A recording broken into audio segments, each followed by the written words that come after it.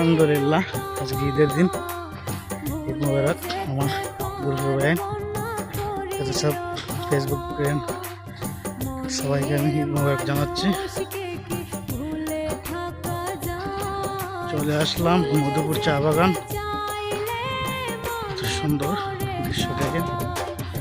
আজকে অনেক আনন্দ উল্লাস করতেছে মানুষে। মধুপুর চা বাগান অনেক মানুষ অনেক জায়গা থেকে আইছিল, ঘোরাফেরা করছে, বাগানে নাচে গান আছে। যাই হোক আলহামদুলিল্লাহ আমিও সবাই দেখা দেখি চলে আসলাম মধুপুর চা বাগান। তো যেতে যেতে ভিডিও করতেছি, আপনাদেরকে দেখাচ্ছি।